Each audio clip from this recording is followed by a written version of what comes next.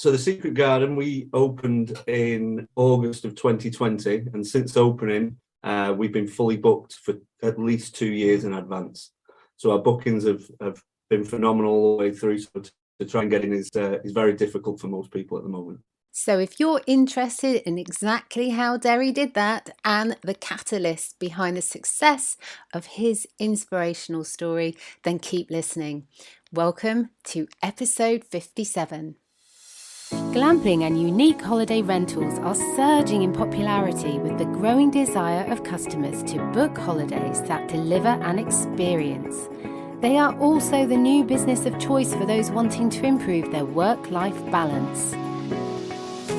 So how do you build a strong business like this that gives you the life you need and a great investment? I'm Sarah Riley, and I want to share what I've discovered after being immersed in this industry for over 20 years to inspire you to find out more about what's going on. Welcome, this is the business of glamping and unique holiday rentals.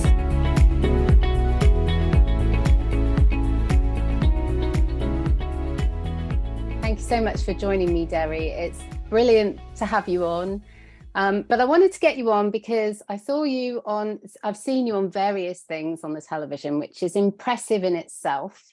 Yeah. There's a lot of glamping business owners who would give their back teeth to be able to have the opportunities that you've had. So we'll dive into that in a little bit about how you managed to open that opportunity up. Mm-hmm. But I want to get an idea of the timeline of when you opened and how that all started. And I understand you started from, say, a little thing that you just put up and decided to then go through the planning process. Tell me from the beginning, how did it start? Yeah, so it's something that was all new to me when it started. So back in the first lockdown of 2020, before this, I had a European transport business. So I used to spend a week in France and a week here and come back in two. And I got stuck here in the first lockdown. So when we went into lockdown, I was supposed to be going back 10 days later, and that never happened. So I was stuck at home with the kids, supposed to be homeschooling and everything else, but nothing to do in the daytimes, gorgeous weather outside. And I hate being bored. It's just something I can't do. I have to be doing something. So the first night we camped out, me and the kids camped in the garden. Great. Next morning, woke up like you do when it's camping, and it's, dewy on the grass and everything else. It's like, it's a bit miserable in the morning. So I thought, right, let's build a deck to camp on for the second day. And then it went from there. And each day, as lockdown went from days to weeks to months, I just kept doing a bit more and a bit more and a bit more just to keep the kids entertained. And by the end of the first lockdown, I'd ended up building this full, glamping pod. I didn't realize it was a glamping pod at the time. It was meant to be just a project for me and the kids, somewhere to spend time. We wasn't obviously going to be going away on holiday anywhere. So it was finding things that we could do outside. We all love being outside.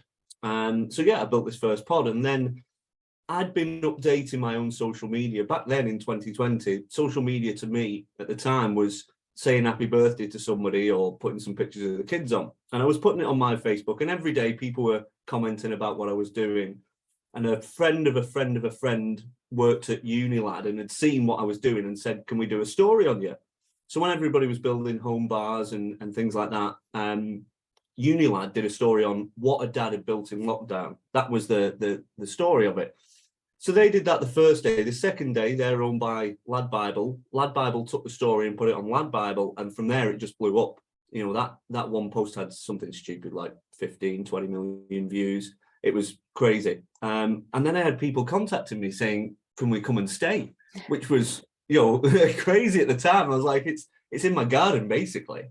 But, I seen these people contacting me. So I put it on Airbnb. And I thought, what? Let's see what happens. And I put it on Airbnb. And within 3 days, it was fully booked for 2 years in advance. Airbnb had took it, because I assume with their algorithm and obviously seeing what had happened before, they took it and put it on their homepage and boosted it to everybody. So it was amazing. And I thought, wow, there's legs in this. So from there, I then decided to go through the planning process. I technically opened in August of 2022, in that weird kind of bit between lockdowns, and did the planning process and gained planning permission on the 4 acres of woodland that I've got here. It was sort of end of February, start of March of 2021.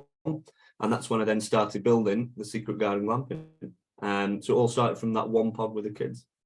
That's crazy. And so, I mean, the fact that you did that with the children as a single dad, yeah, unexpectedly, and it's that I've got children, I know how hard they are, I know how much time it takes, especially as you were doing the homeschooling at the time as well. And I mean, my mouth is dropping open from everything you've just said there. And actually you started a business that is very successful right now. So how did you manage that with the children? To be honest, it was hard at the time as well. It was really scary. So my previous business, my transport business, was really successful, but the customers we had were private individuals. So people who were moving out to Spain or France or having a second home. So in that first lockdown, within 3 days, my whole business collapsed and I had no business. We had no income coming in. In fact, in that first lockdown, I had to sign on for universal credit because I had no income coming in. And to be honest, it was just, I was trying to every day find something that would distract not only me, but the kids as well, because the kids will know if I'm down about something or upset about something. I mean, they're only little at the time, they were 6 and 8. But I wanted to try and keep us busy and keep our minds occupied.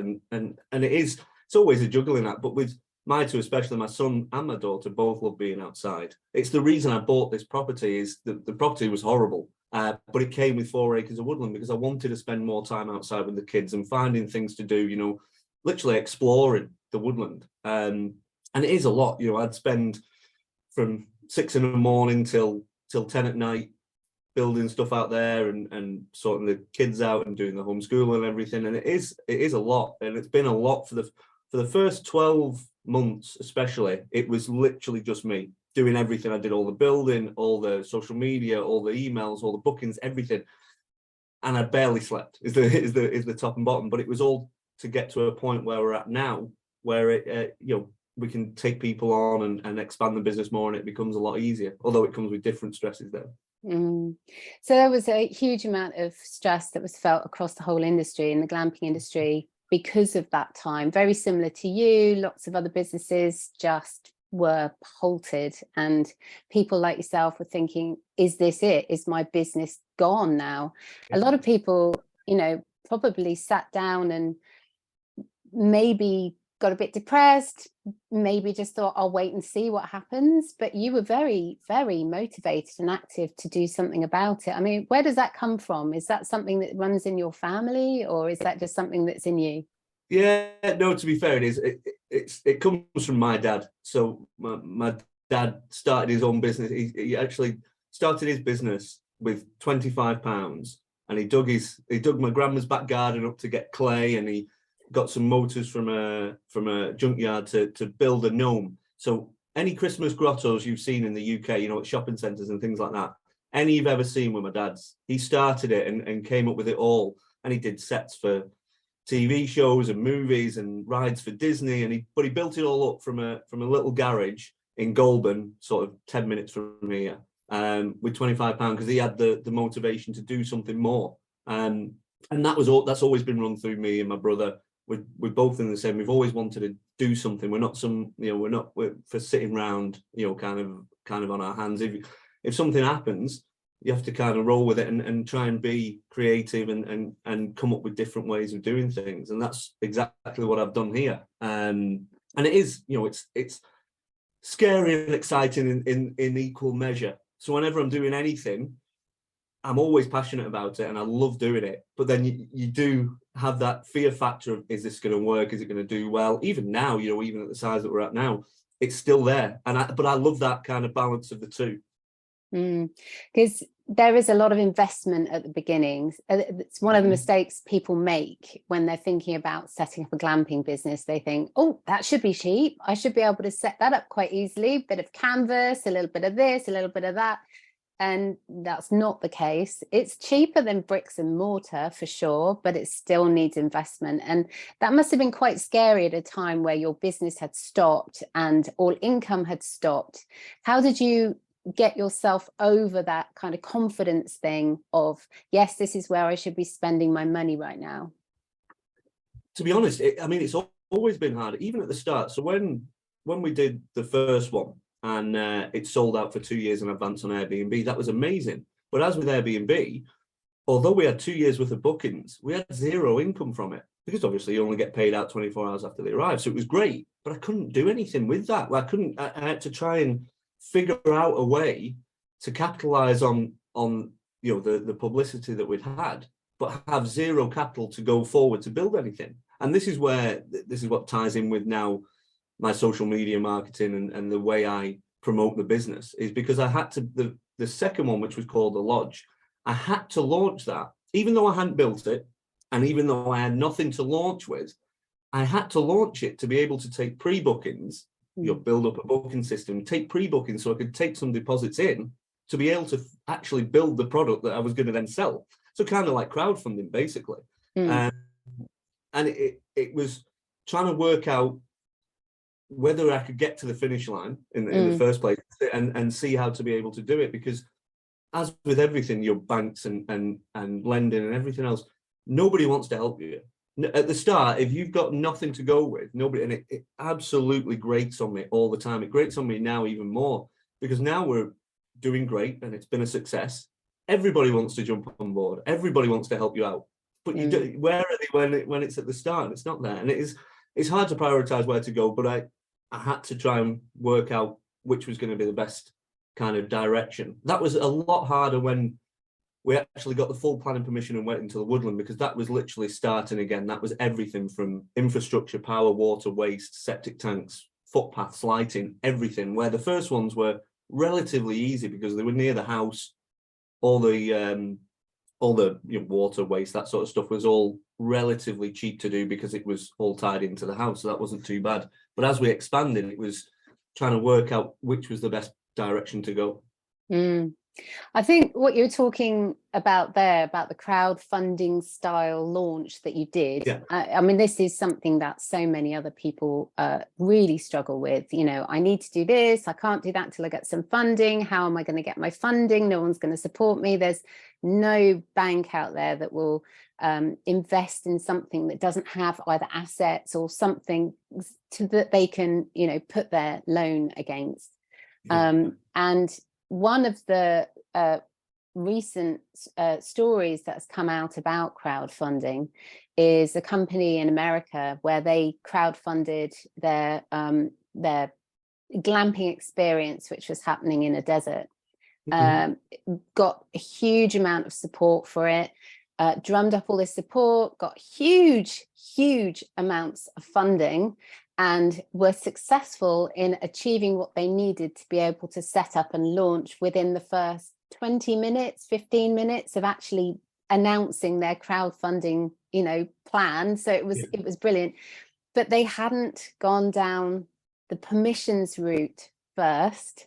They couldn't get their permissions. And then suddenly they found themselves in debt with all of these people who had invested money into their project, and they couldn't get it off the ground because the permissions weren't there. I mean, how did it work with your permissions? Because you're talking about a woodland there, and woodlands can be quite tricky. Yeah, so from the planning side of things, I'll be totally honest, the ride throughout all the planning has actually been really good. And I see it all the time on the glamping forums, how people struggle so much with planning. But for me, it was quite easy. When I look back now, we've just done another set of planning permissions. So we've just gained planning permission last week for an extension to a further 5 on the site now.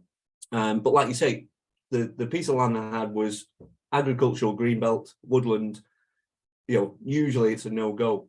But at the start of the planning process, I took on an amazing planning consultant called Claire, and she took me through everything, advised me in the right directions on everything. And again, before we did anything at all, it was going to the relevant people, neighbours, local businesses, the council, the cells, speaking to everybody about what we wanted to do and what we wanted to achieve and why we were doing it as well, because that's always kind of a big part of it.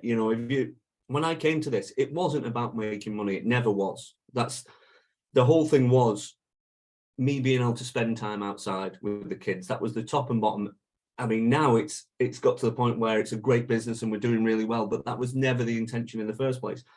And it was genuine reasons so if you sit down and speak to everybody, like I say, with the neighbours and the council and everything, and get those people on board, it's so much easier to go through the journey with the planning. We still had to go through all the hoops and jumps and everything else that you need to with the, you know, environmental studies and land registry and everything else.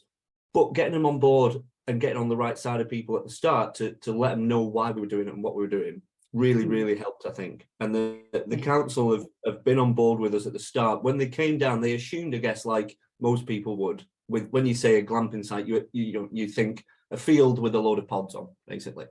Where I wanted to incorporate the woodland within every unit. So I didn't want to take out a single tree. I didn't want to, you know, impact the environment at all. I wanted it to be organic and be around. And that was challenging at first. And we got the council to come down because they just wanted to know exactly where it was going to be, how big it was going to be, what direction it was going to face. Where actually it was, well, we want to put it around here, but there's some trees here. So if that's in the way, we want to move it this way, or we want to incorporate that into the design, but we can't tell you exactly until we've done it. So when we went through the planning, again, everybody was really great. And it was a long process, I guess, looking back now, or longer than it should have been. But by the end, we ended up with the full planning permission that we needed. Everybody was on board with it. And, you know, we've been able to move forward with the business now. So you've gone from one tent in the back garden to now how many units? So with this new set of planning permission now, it's 13. So we've currently we've got 8 that are built and open and have guests in. And then we've got 5 more that are now under construction. So we've got the newest one, which we launched last Friday, called the Oasis. That's opening in 7 weeks' time. And then we've got a further 3 to open this year and another one for next year then. So how are you going about with, you talk about social media. Social media has been one of the things that's really catapulted you into various opportunities that were unexpected. How have you managed that as your business is growing? How have you gone through those steps of, do you have someone who does your social media for you? Is it still very much you? So again, I kind of mentioned it at the start. The start for me as a business, social media was nothing. You know, it didn't really mean anything to me. I didn't know much about it. I didn't know about algorithms. I didn't have an Instagram account or TikTok account. I had Facebook, and that was it. But one thing that I like doing is I like learning. You know, anything that engages me or anything I get excited about, I want to know everything about. And it's like a game. And social media, although I don't like social media personally to use, it's not. Because now I know the darker side of the background of how it works. I don't like the principle of it. I know I need it as my, you know, as my main driver for the business. So it was learning. I'd spend from 10 p.m. at night till 2-3 in the morning watching different videos, searching the internet, trying to find different things, and then testing different things with my own social media and seeing what works and seeing what doesn't work. And then when something does work, okay, why did that work? Why was that better? Was it the images? Was it the videos? Was it the text? And working all these little things out to the point now where we can, you know, command hundreds of thousands of views per post, you know, on a daily post, and millions when we do something big. So yeah, it was a steep learning curve, and it was trying to figure it out. And at the start, up until 6 months ago now, the whole social media has been just me on my own, because I have a strict vision of how I want it to be and how I want it to look, because it does come down to little tiny details that really make the difference between a post that was good and a post that was viral. It's not, you know, everybody's 90% there. It's that last 10% that really makes the difference, and that's where I've always altered stuff. But now I've got Chelsea, my partner, she started doing the TikTok for us, and then Instagram stories, and she now runs all the social media side of the business now. Although I still sit and go through the posts and kind of have my input on which direction I want to go with different things and scheduling, that sort of stuff. But again, as we've got bigger now, I've had to delegate different things out because there's no way I can do everything on my own anymore. So is that for you now? Is it a team of 2, or do you have other people helping you with the build? How does it all work now? So now we've just taken on a new member of staff. She starts today, actually. So we're now up to 14. So we've got myself, obviously who's running the business. I've got Chelsea, who does all the social media. I've got Gemma, who's our site manager, She then has 8 cleaners underneath her. I have my mum working in the business. She kind of, well, she does what she wants. She wanders in and out and comes and does things. We then have Reedy, a good friend of mine who we took on about a month ago now. So he's now customer relations, but also along with my side doing the building. We have a full-time groundskeeper, Paul. He's great. He does all the maintenance and that sort of stuff as well. So yeah, it's really, building more and more as we go along now. So it's quite interesting. A lot of people that I work with and that I communicate with in my various networks, that they often talk about, I'd love to grow. I'd love to grow my business. I'd love to get bigger, but I just can't cope with it, with the time, the management, the things that I'm doing. What do you think comes first? Employing the staff to relieve you of those things, but obviously that means it's an investment, a financial investment, or is it really to push yourself for a while until you've grown enough that you can actually pay for the staff? Is it better to go first before you've got to the point of breaking point, or in your opinion, how has that worked for you? So do you want that was one of the hardest steps that I've done in this entire business, is letting go of parts of it. But then also, like you said, it's finding the right time to do it. So for me, it's neither of those two. It's literally bang in the middle. So the hardest part for me was when I took on Paul. Now Paul as a full-time groundskeeper and maintenance and stuff, I knew it was going to be expensive for the business. And I couldn't really afford it, is the honest answer. So when I took him on, I couldn't really afford it, but I knew if I did take him on, then over the next 6 months is probably when I was going to need somebody. So before I got to the point of needing somebody, I took him on and took the hit then, and it worked. I couldn't believe how much it worked out, because what I didn't take into account was I just saw the physical things that needed doing each day, whether it be the changeover, the washing, the toilet seat that needs fixing, the light bulbs that need changing. They're all physical things that need doing each day, but I didn't take into account the time it would free up for myself to be able to push the business forward. And each time I've taken on a member of staff, especially in a more prominent position like Chelsea with the social media or Gemma with the site management, I've been able to step away a little bit from the business and go, and do, like they say, bigger picture things. So I'm thinking on a daily basis now, instead of, I need to go and get that toilet seat from B&Q, or I need to repaint one of the walls. I'm thinking, right, what contacts can we make today? What units can we build next? Where can we advertise next? What can we do on social media better? So my mind, all the cloud was like lifted, all the fog had gone, and I could see different things in the business. And then as I push the business forward a bit more, I always take the hit before I need to. And yes, it is a financial hit and it's a struggle, but it's the confidence I have within the business now to know that in the future it will pay off. It might not do now, and the wage bill now and some of the staff, to be fair, are on more than I am, because I'm still not taking that wage or the kind of benefits from the business as it is currently, but I know I will do in the future. And that's the point I want to get to, is always down the line, 2, 3, 4, 5 years down the line, as opposed to what we're doing today or tomorrow.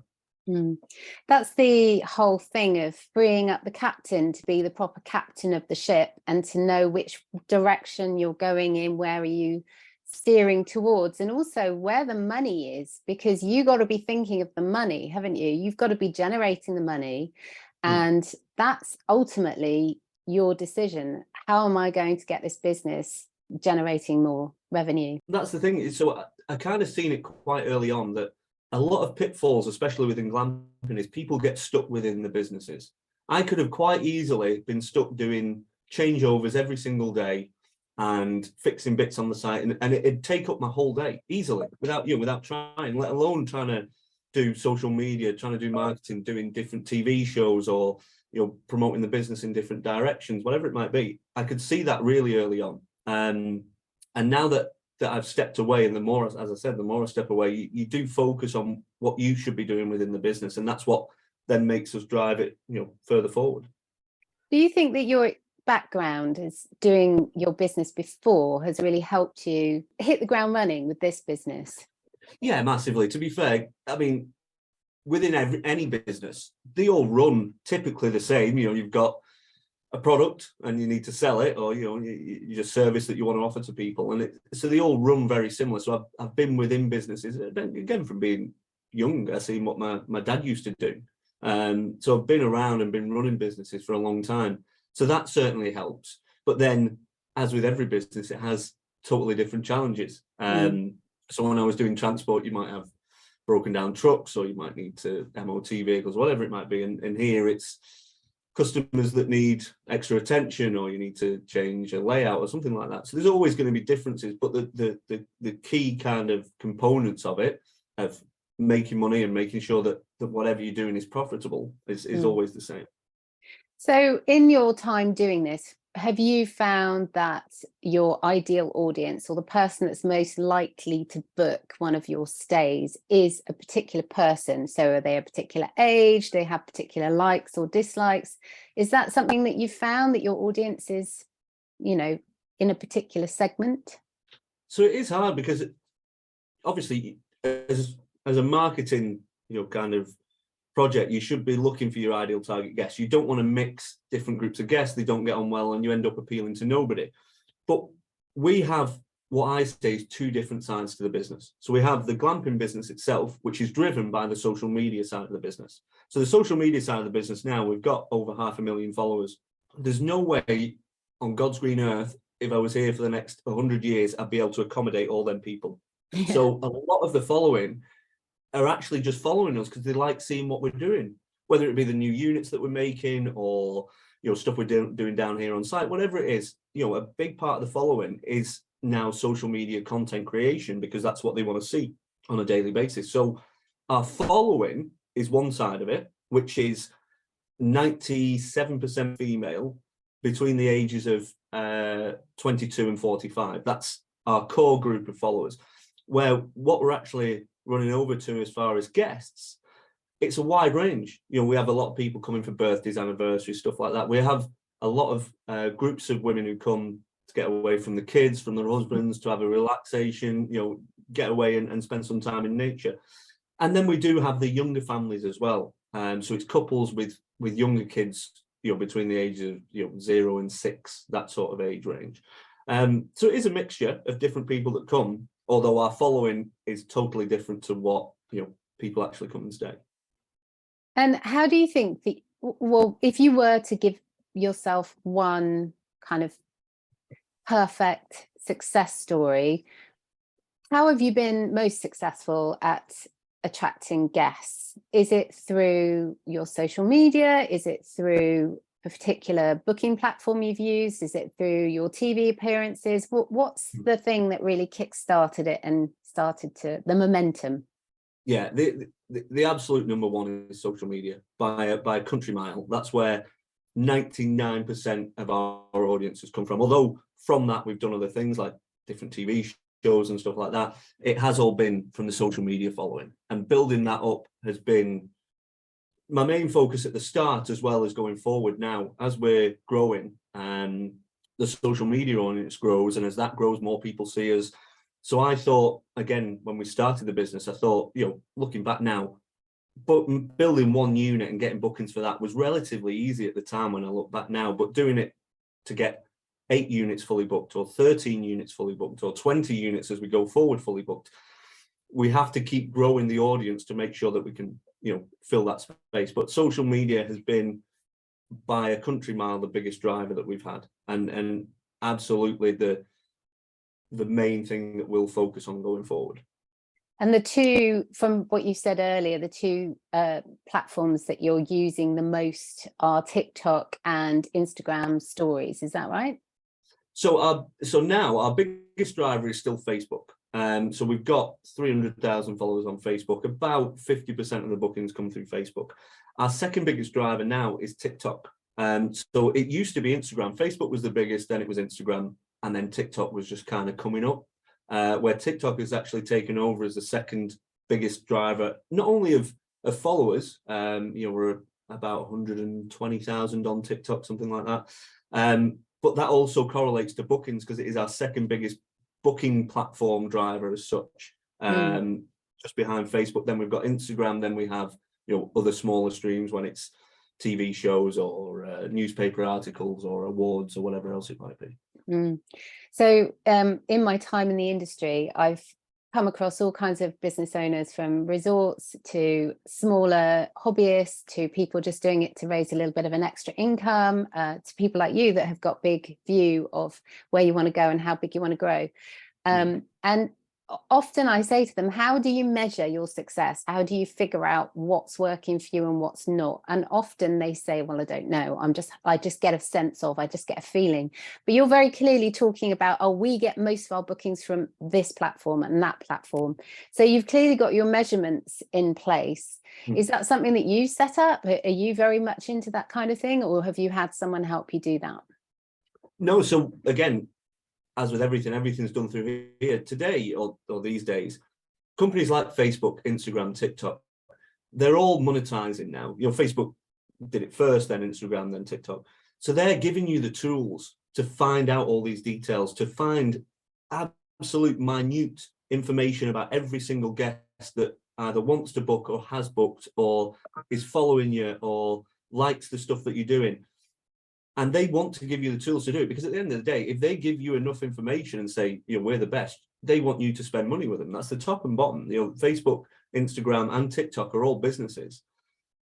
When we talk about social media, this is slightly off it, but I have 3 customers. Although we've got 500,000 followers, they're not my customers. They're Facebook's, Instagram's, and TikTok's customer. I've only got 3, which is Facebook, Instagram, and TikTok. They're the only 3 people who I do business with on social media. And then they promote me to their followers.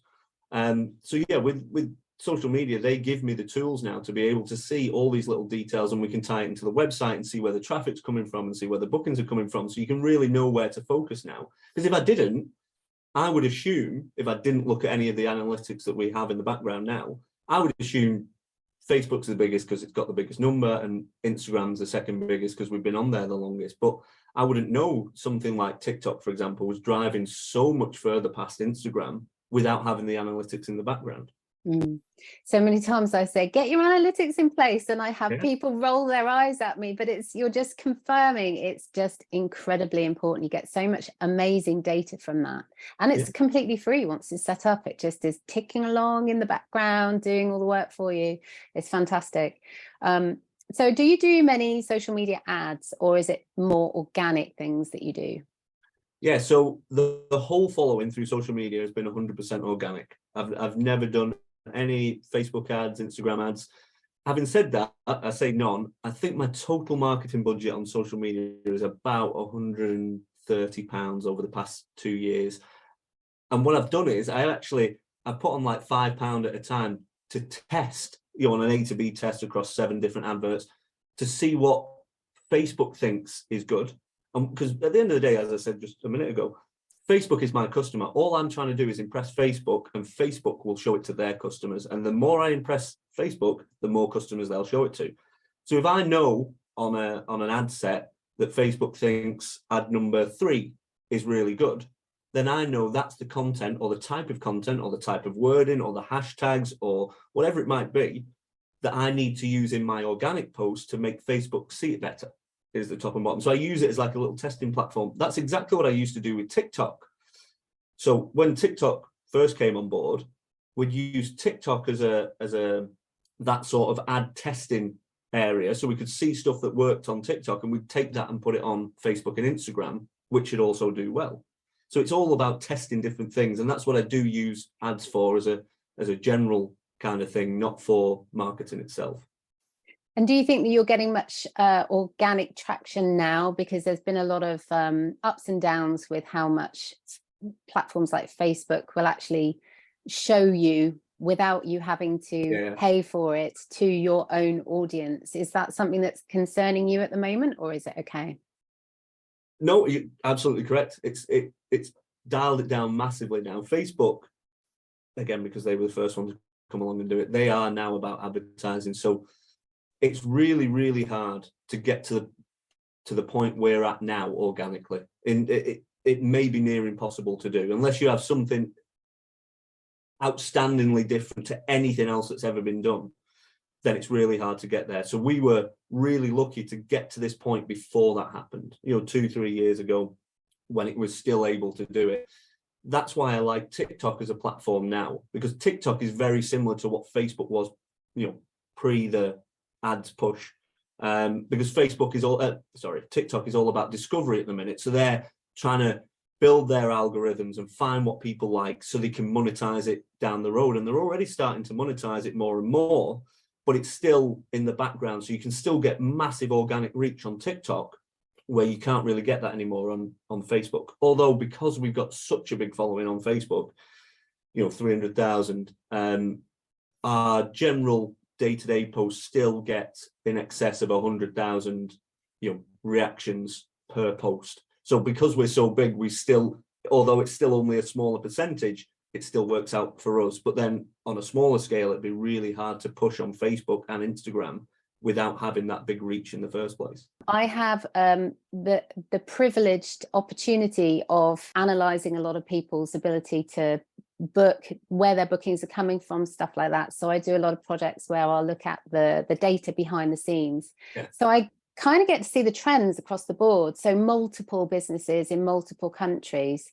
And yeah, Facebook, even on for businesses where Facebook, they haven't got as many followers on Facebook. Facebook always seems to bring the people who are eager to look, eager to click through and find out a little bit more. So it's quite interesting, but definitely Pinterest is one that you might want to look at as well. So I'm assuming on your social media, you share things like your epic breakfasts, which I think are absolutely delicious and amazing. Would you share other things? What kind of theme of things do you share on your social media? I mean, people can have a look at your social media and have a look to find out, but what's the general theme? So the thing with especially Facebook now, this is kind of goes back to the Facebook TikTok thing. Facebook, we are kind of limited on what we can put on there now, because we've narrowed down to a point where we know exactly what a post needs to say, what hashtags it needs to have, what content it needs to be for our following to want to see it. So although we can put, today, for example, we're having our new 100% renewable battery storage extended. So we're doing more with it in solar. And I'd love to put that on the social media, but the post will bomb. Our followers don't want to see that. They don't want to see what we're doing in the background. They just want to see the amazing new unit when it's all done and all shiny and sparkly and looks great. So our social media is very much pointed at, as I said, the social media side of the business, which is creating content around the pods themselves, about how each one's individual and trying to get new photos and new content of that side of things. It's hard to find because there's lots of content that I'd love to put out, but I just know the audience won't react to it. And then we have the issue of Facebook. It's a build-up thing. So whenever we do any social media campaigns, which will be for the Oasis, for example, that launched last Friday, it's a 3-month plan to build up each post to stack on the next one, on the next one, on the next one, to end up with that one at the end that goes viral. So we're very specific on what we put on social media, which is to do with what people want to see. And then any other content can go onto the website. That's where if people do want to see what we're doing in the background, then they can look through it on there, which won't have an impact on our social media standing as such, because it's a ranking system. That is the top and bottom. If Facebook deem our content to be good and other people deem our content to be good, they'll push it for us. So it's very hard. We've got to be very careful on what we put on social media to make sure that our following are happy with what they're seeing, which is it's a shame, because I see so many people putting amazing content out about different things that they're doing. It might be different projects they're doing around the glamping sites, but as soon as I look at them, I know instantly that that's not going to get any engagement, and that's going to be a detriment to the social media side of the business, which is a real shame. You've got to play the game with them. Like, as I said at the start, I don't like social media, but I know it's a tool for driving the business. And so when you are on social media, do you ever check out what your customers are sharing using, no doubt you've got a hashtag of your own? Do you make that particularly easy for them to share things, and do you monitor that? Yeah, well, that's been, one of the main drivers. So the question I get asked a lot is, do we work with many influencers? The answer is not really. We have people contact us 10, 15 a day, probably, an influencer from a different market wanting to come and do. And we have done stuff before, but it's never really made any difference to us, because content these days is, again, back to TikTok, they've proven the point. People want genuine content and they want genuine reviews. They don't want somebody to be paid, I don't know, £1,000 to come and stay and say it's great, because you're just paying them to say that. They want customer feedback and they want them, genuine photos and videos. And that's what TikTok is. It's authentic. So when customers come, and this is where we've done really well, every customer wants to share what they're doing here. Whether it be, we're giving them opportunities to share photos in front of the neon signs or the hot tubs or the bar areas or whatever it might be. And they're authentic and genuine posts. So the friends of theirs, you'll see those, the 50 or 100 friends that they have on Facebook, will take that as a genuine review, and they're more likely to book with us, as opposed to an advert that we could post out to 100,000 people on Facebook, and I'm paying for that, so they don't believe that anymore. That's what's really changed within the marketing. So getting our own customers to be able to push the content themselves, which is free, just by giving them the opportunity to do it, makes a massive difference. Absolutely. So I've got to ask the question, have you seen any of your customers do anything really silly or share anything really silly on social media? This is something I love to dive into. I'm trying to think if they've shared anything. I mean, do you know what? We had a prime example, because the people that we get coming staying now are from all walks of life, from all parts of the country. We get a lot of people from down south, from London, Essex, Cornwall, Kent, places like that, and a lot of people have never been into a woodland. They've never been outside of a city centre or whatever. And we had, last night was the perfect example. A guest phoned up last night and said the underfloor heating wasn't working. Went down and had a look, said that we've turned the controls on, but the decking's not getting warm. And I was like, sorry, what? And she'd been stood outside for 45 minutes, assuming that the decked area outside would be underfloor heated, and it's just a piece of wood. And I'm like, no, that's not quite how it works.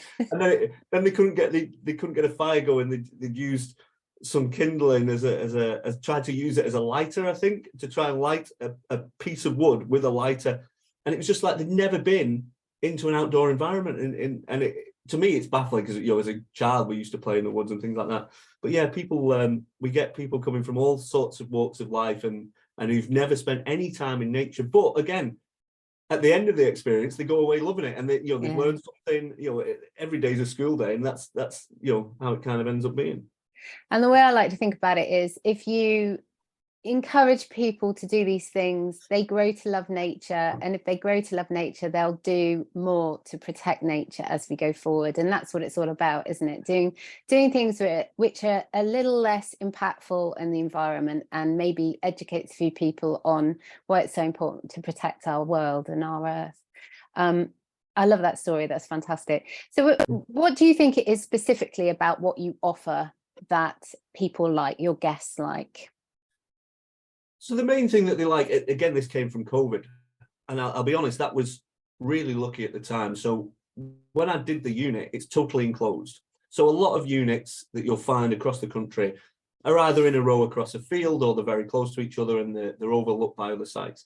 So each unit's totally enclosed, so it's not overlooked by anybody else. So it's your own piece of the woodland. It doesn't feel like you're sharing it with anybody else. And when COVID came along, obviously that was, people were looking for spaces that were on their own without shared facilities. People were scared about being around other people at the time. That was the reason for it. Where now it's more that they can come away and come to a site like this and spend time in the woodlands and feel like it's theirs. That's the main part, or the main experience that we offer, is to be able to offer it just for them. So you get this exclusivity. You see it a lot now, people, I don't know, with private jets or private villas or whatever it might be, because people want their own space. And that's kind of what we give them here on a smaller scale. It's not necessarily their own space, because there's 8 other units within a 5-minute walk of each other, but it feels like it is. And it's all about that feeling. If you feel like you've got your own space, you're far more relaxed, you're far more there's far more potential for you to enjoy yourself and have a great time and spend, whether it be with your loved ones or your kids, if you feel like your kids are safe and you can relax, it's getting that stress away. So I think that's the main thing when guests and customers come. That's the thing that they're looking for, and that's the thing that they're going away with as a kind of main point. This industry has been around since pre-2010, but as it evolves, where do you think it's going? Where do you think the trend is right now for where it's going? You're obviously expanding, so you're very confident about it. Where do you think in general it's going in the UK and potentially the world? So customers are always more demanding. Year on year, they do want more. They want, all these different websites, whether it be booking.com, Airbnb, give people the option to shop around now, and people can see everything from a tent in a field to a glass building in a tree that looks amazing. And it is, there's some phenomenal units out there. I say this all the time. I know 100 different glamping sites that are all better than mine. I know them, and I can see them on a daily basis. So there's lots of competition out there, but I think the lower end of the market, you sort of bell tents, your pop-up sites, that sort of thing. People aren't, there's a lot of them now. I don't think people are really looking as that as a glamping experience now. And then you've got the very high end of the market, which is, stunning structures that are, £8, £9, £1,000 a night, whatever it might be. Those two ends of the market, I think they're always going to be there because there'll be a market for it, but I think they'll be a lot smaller.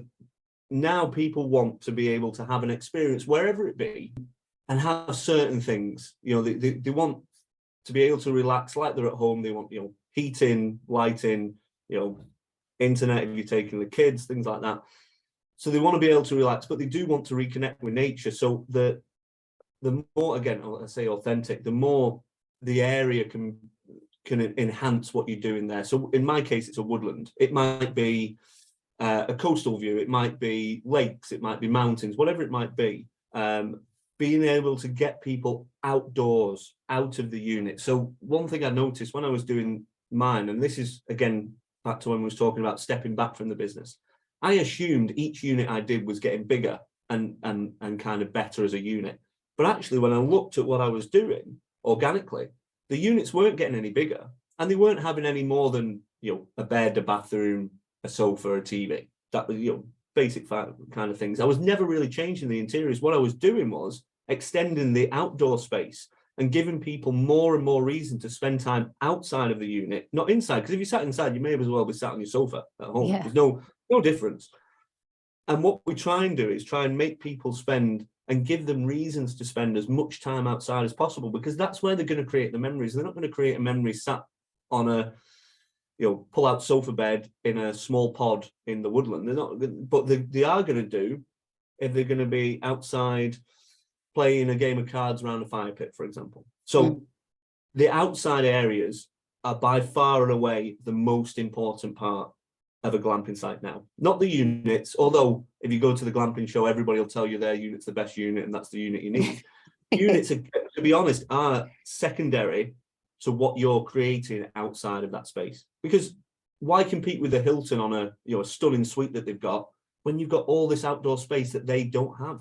So concentrate on what we've got over what hotels or bed and breakfasts or whatever else have got. We've got outdoor space, we've got outdoor areas, we've got woodland, we've got fields, we've got lakes. That's where we need to focus. So is this the methodology that you apply to your franchise? So you're now looking to offer franchises. Tell me a little bit about that. So at this point now, this has been on my mind for the past 12, 18 months, is what to do with the audience that we've got. As I said earlier on, we're over 500,000 followers now. There's no way on God's earth we could host all them in a million years. And the only detriment to the glamping side of the business is not having enough availability. Our waiting list is 44,000 now. We're turning away around 500 or 600 bookings a week just off the phone of new people that are phoning us, let alone stuff that we've already got in the pipeline for this year and for next year with different TV shows and things like that. So the audience is going to get bigger. And it's although we're not losing any following, we're losing those bookings for this year, because if somebody's coming for the 30th birthday, they're not cancelling it and doing it on the 32nd birthday when they can get in. They're still going somewhere this year for the birthday, and they'll come back to us in a couple of years' time for something else. So it's finding where to go. And the one bane, or the one thing that I really don't like, it's within every industry, to be fair. Now it's kind of spreading out. Just Eat's in the takeaway industry, or Airbnb and Booking.com in the travel industry. I could have turned the platform into another OTA and just had, because at this point we've got more followers than Canopy and Stars. So we could have turned us into an OTA, taken on other sites. But I don't like the model. I really don't, because it's an ever decreasing model. If you start out with a great principle of having let's say the 10 best sites in the UK, but then you need to, it needs to grow as a business. So then you've got to take on 10 more that aren't quite as good. And then some of them leave, so you take on 20 more that aren't quite as good as them. And it's always going down. You look at Booking.com now, I'm pretty sure a Portaloo in a field could get on Booking.com now. It's ridiculous. So I didn't want to go down that way. And then the other side is, the reason I started this business was so that I could spend time outside in the woods with my kids and do things.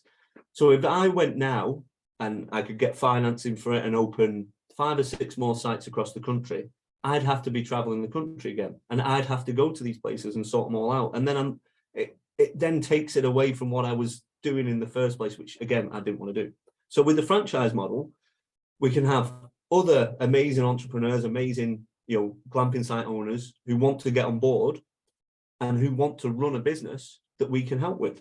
So we can solve our availability problem, which, is always going to be there, because if I had 50 more of these units, they'd still be fully booked with the following that we've got currently. And it'd also solve our social media problem, because as a social media organization, we need content. And if I stop, once we get to 13 on this site, that's the planning permission done here. So I have no content for the social media business to go forward with. So again, we need to keep building units. We need to keep evolving and keep the business moving. So it solves a lot of different problems without going down the route of causing myself more problems with OTAs and things like that. And it dilutes the brand. People know the Secret Garden now. They know what they're going to get with it. And this is why our units sell out. The Oasis, we put that online on Friday. That sold out in 47 minutes. Nobody has any clue what we're building. Nobody knows anything. They know it'll have similar features to other things we've done. So they're confident in the brand that it's going to be something amazing, and that's why we get the bookings. Whereas if we took on 20 or 30 other random sites, that is diluted and people don't have the confidence then. So we want to keep the brand solid, but still be able to expand and meet the needs of our customers. No, it's really interesting. It reminds me very much of what Under Canvas did in the USA. I don't know if you know much about that. They started very much like you, very small, and they grew and they grew, and they just had this great brand, and it's just suddenly taken off. And now they've had major investment. They've made a huge amount of money. They've got 7, 8 sites more in the pipeline, I'm sure. Yeah, so I mean, it's fantastic what you've built there, what you've started. I love the ethos. You are not willing to be distracted from what your aim is, which is to be outside, spend time with your kids and your family and your loved ones, and just say, well, I'm running a business, but I don't have to do all of this on my own. And I think that's really inspirational, and I hope very much that listeners will be able to take something from that. How do people get in touch with you? So you can get in touch, easiest way, social media. Facebook, Instagram and TikTok are all the same, at the Secret Garden Glamping.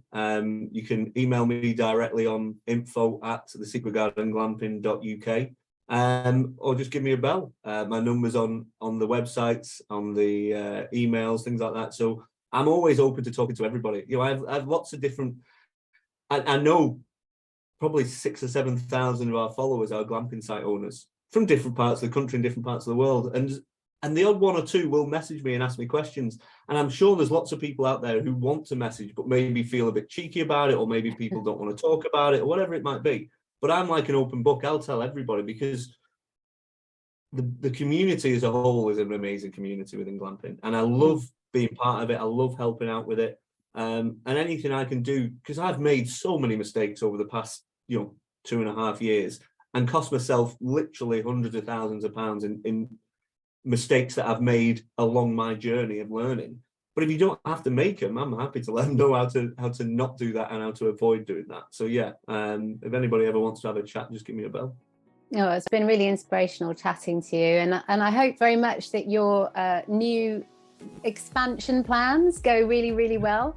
And if you have any stories whatsoever you want to share again, do make sure you come back to me. Yeah, I've really enjoyed it. It's been great. So yeah, I'd love to do this more. Anything you ever need, I'm always here. Great, thank you so much. Well, lovely to speak to you, and see you soon. Very welcome. Take care.